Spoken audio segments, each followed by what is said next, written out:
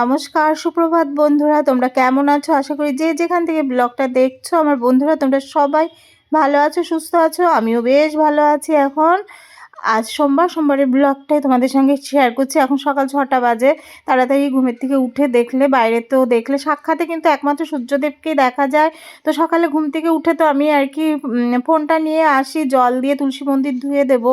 তো সূর্যদেবকে প্রণাম করি, তোমাদেরকেও দেখাই। খুব সুন্দর লাগে দেখতে। খুব বেশি তো মানে আলোর ফোকাসের জন্য বোঝা যায় না, যেটুকুই দেখাতে পারি তোমাদের দেখাই। আর চারি সাইডে দেখো বেশ রোদ উঠেছে সকালবেলায়। আর শীতের তো একটা আমেজ আছেই, চারিদিকে কুয়াশার চাদরে মোড়া। যত বেলা গড়াবে তারপরে ধরো কুয়াশাটা কাটবে, এই আর কি। আর গাছগুলো কয়েকটা দিন জল দেওয়া হচ্ছিল না। সকালবেলায় তুলসী মন্দিরটা ধুয়ে দিয়ে একবারে জল দিয়ে দিলাম। আর মানে সোজা ঘরে চলে এসেছি। দেখো ঘরের কি অবস্থা, ঘর আর গোছালাম না, টাইম নেই এখন। কেননা খুব সকাল সকাল রান্নাটা না বসালে পারি না। এর মধ্যে 7টা কিন্তু বেজে গেছে, নিজে ফ্রেশ ট্রেশ হওয়া আর কি। তার মধ্যে ডাল বসিয়ে দিয়েছি, সোনামায়ের ভাত বসিয়ে দিয়েছি, এদিকে চা। আর ওই যে রুটিগুলো গতকাল রাত্রে করা ছিল সেগুলোকে সেঁকে নিয়েছি, তো সবার জন্য চা করে নিলাম। এখন চা খাওয়া হবে, তারপরে গিয়ে আবার ঘরের বিছানাপত্র গুছাবো আর কি।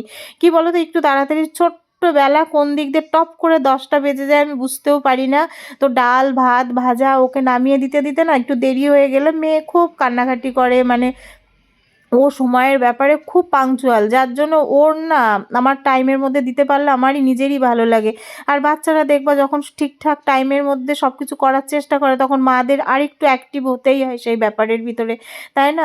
যার জন্য আমি আর কি যতটা তাড়াতাড়ি পারি, ওই যে তাড়াতাড়ি বাড়াবাড়ি আমার সব সময় হয়। দেখো শোকেসের উপর জল পড়ে কি হলো, মানে তাড়াতাড়ি করব তো আমার একটু হবেই এরকম উল্টো পাল্টা কাজকর্ম। কুনুইতে লাগলো, সোনামা সকালে জল খেয়েছিল, জলের গ্লাসটা ছিল তো দেখো কুনুতে এক ধাক্কা লেগে জল পড়ে। তো ভেবেছিলাম না এখন এইগুলো গুছাবো, তো এখন আবার সেইগুলো মোছামুছি করতে হলো। তো 2-4টে দিন তো মুছি না, তোমাদের তো যখনই মোছামুছি করি শেয়ার করি জানোই। ঘরের এই শোকেসটা 2-3 দিন হয়ে গেল একদমই হাত দিচ্ছিলাম না, বেশ ধুলো পড়েছিল। আর জল যেকালে পড়েছে আবার সে ভালো করে মুছে টুছে পরিষ্কার করে নিলাম, নিয়ে তারপরে আবার রান্নাঘরে তো দেখে এসেছো ডালটা বসানো, ভাত বসানো আছে তো এই আর কি। আর এদিকে দেখো সব মোছা করে নিলাম। আর ওই যে শোকেসের উপর যে কভারটা পাতা থাকে সেটাকেও তুলে দিলাম। জল পড়ে তো ভিজে গেছে, না তুলে তো আর উপায় নেই। আর এগুলো একদিক দিয়ে ভালোই হলো, জল পড়লো আবার মোছামুছি হলো, নাহলে হয়তো আজকেও হতো না। কেননা শোনো আমার স্কুল মানে আমার একটু দৌড়ঝাঁপটা একটু তাড়াতাড়ি মানে বাড়ে। তারপরে তো জানো ঘরে এক দফা রান্না করে আবার বাইরের রান্না করা আছে, তো দুই দিকে করতে গেলে আবার অনেকটা টাইমেরও ব্যাপার। এই দেখো মুসুরির ডালটাও হয়ে গেল। আর সোনা যেহেতু মাছ ফাছ এগুলো খেতেই চায় না, এই একটা ঝামেলা কিন্তু আছে। যদি মাছ খেত, মাছের বাজার চলে এসেছে, তো একটু মাছের ঝোল আর করে দিলে হয়ে যেত। আর ফ্রিজে তো মাছ আছেই জানো। তারপরেও আজকেও সোনার বাবা আর কি পুঁটি মাছ নিয়ে এসছে। এখন তো আমাদের দেশি মাছটা এবার বৃষ্টির কারণে খুব ভালোই পাওয়া যাচ্ছে। তো সোনা তো কোনো মাছই খায় না, অনেক বুঝিয়ে সুজিয়ে গতকাল আর কি ওই যে কাতলা মাছের একটু ঝোল আর আলু খেলো, এক পিস মাছও খেলো না।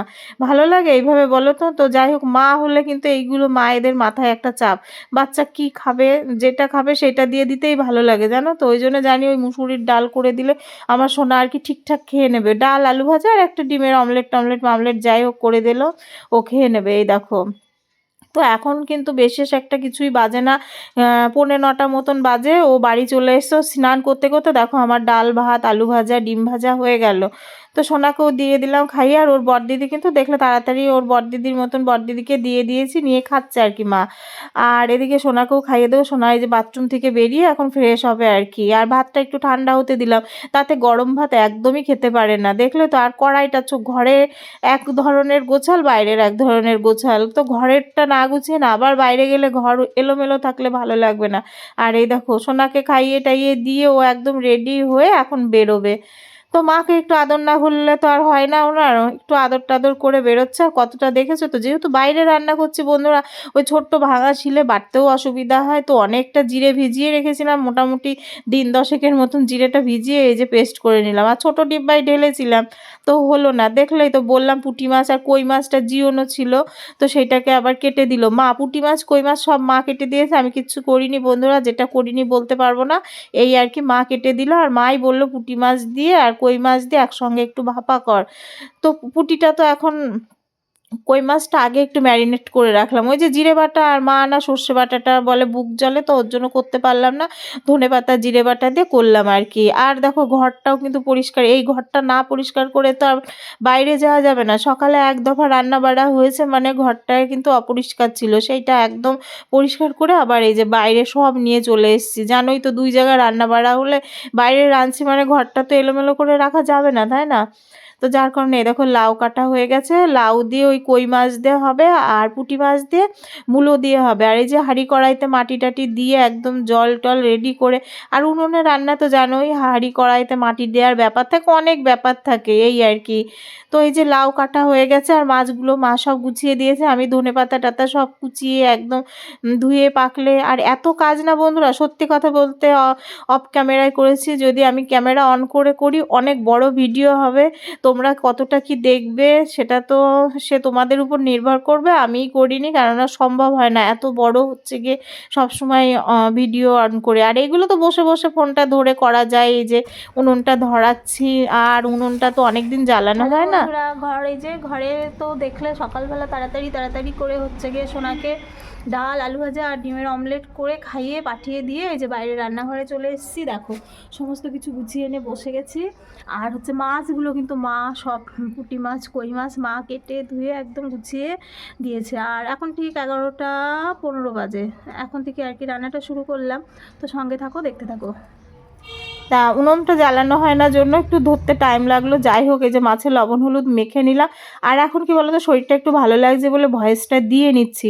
কি বলতো, আমার সবসময় শরীরটা ভালো থাকে না, এই অ্যালার্জির ব্যাপার থাকে, হট হট করে হচ্ছে গিয়ে অ্যালার্জি বেড়ে গেলে গলা টলা বসে থাকে, আমার ভয়েস দিতে অসুবিধা হয়। এখন জানি না কতটা ঠিকঠাক লাগছে, তবে আমার নিজের থেকে মনে হচ্ছে আমার গলাটা এখন ঠিকঠাক আছে। তো ভয়েসটা আগে ভিডিওটা এডিট করে ভয়েসটা দিয়ে নিই। তো যার কারণে এখন আর কি এই যে এডিট করছি আর কি, ভয়েসটা দিচ্ছি। দেখো এখানে জিরে আর হচ্ছে রাঁধুনি ফোড়ন দিয়ে আর কাঁচা লঙ্কা দিয়ে দেখো মূলোর তরকারিটা করবো। আর দেখলেই তো বললাম 8-10 দিনের মতন অনেকটা জিরে, একবারে 100 গ্রাম মতন জিরে ধরো মিক্সিতে পেস্ট করে রেখে দিলাম। এটা আমার সুবিধা, নিজের সংসার নিজের মানে কাজকর্ম নিজের বুঝ মতন না করলে না বন্ধুরা আগায় না, পারবো না এই আর কি। কালকে শিলনোড়ায় ওই ছোট্ট ভাঙা শিলে বাটতে গিয়ে দেখলাম আমার হাল খারাপ। তো এখন দেখলাম ওই করতে গেলে হবে না। দেখলে তো ধনেপাতা কুচি দিয়ে আবার মাছের তরকারিটা করে নিলাম।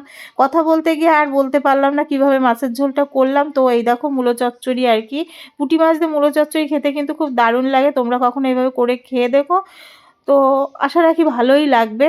আবার এই যে কই মাছটাও করে নিচ্ছি, আর কই মাছটা আজকে লাউ দিয়ে করব।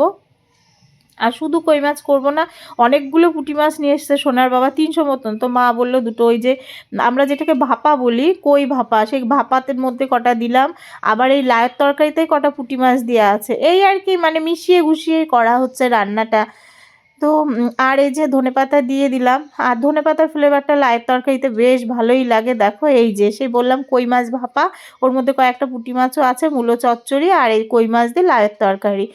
আর এই যে ভাত, দেখো সমস্ত কিন্তু রান্না টান্না হয়ে গেছে। এইবার সকালবেলা তো দেখলে তাড়াহুড়ো রান্না, একবার ঘরে সকালে মেয়েকে ঠিকঠাক করে রান্না করে খাইয়ে স্কুলে পাঠানো, তারপরে আবার বাইরের রান্না করা, বুঝতেই পারছো কতটা চাপের থাকে। আজকে আর মুছে বেরোতে পারিনি, এখন আবার এই যে ঘরটা মুছে নিচ্ছি, মুছে স্নান করব, খাওয়া দাওয়া করব, রেস্ট নেব, হয়ে গেল। কিন্তু এই সকাল থেকে মনে হয় দুটোর জায়গায় 4টে হাত হলে সুবিধা করে। খাওয়া দাওয়া করে এই যে আসলাম, আর দেখো এই নাইটিটা গতকাল কিনেছিলাম, তো আজকে পরেছি, তোমাদের আর কি দেখালাম এই নাইটিটা।